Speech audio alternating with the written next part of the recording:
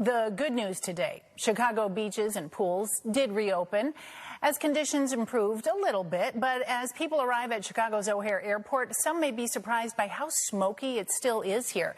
NBC5's Randy Gyllenhaal is joining us live from O'Hare tonight. Randy, you've got that part of the story. How's it looking? Well, Chicago really got a break today. It was cities on the East Coast like Washington, D.C., Philadelphia that had heavy smoke. That did lead to some rippling flight cancellations here at O'Hare and more smoke in the forecast.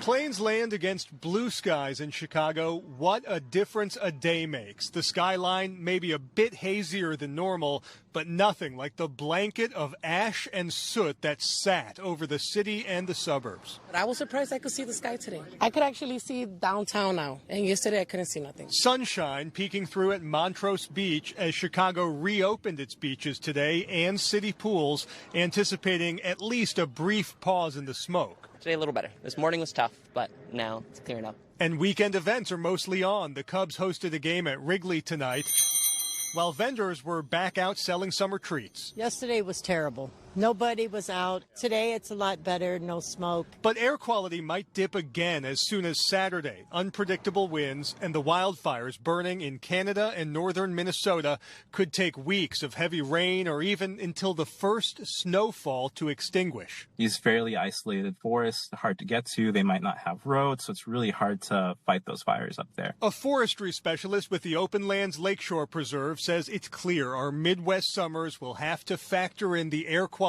forecast. In Chicago, we live for the summertime, and what does that mean if every so often deal with smoke coming from up north? While in Canada, stretched fire teams work on the front lines, officials pledging more support amid some criticism from American lawmakers. Ontario's premier said this: I truly believe the Americans are good neighbors.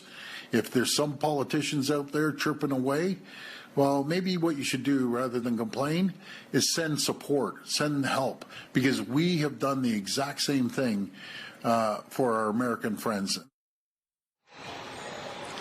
Well, President Trump had earlier posted on social media blaming Canada and calling out its forest management policies for what he called filthy smoke. Natalie? All right, Randy, thanks for the update.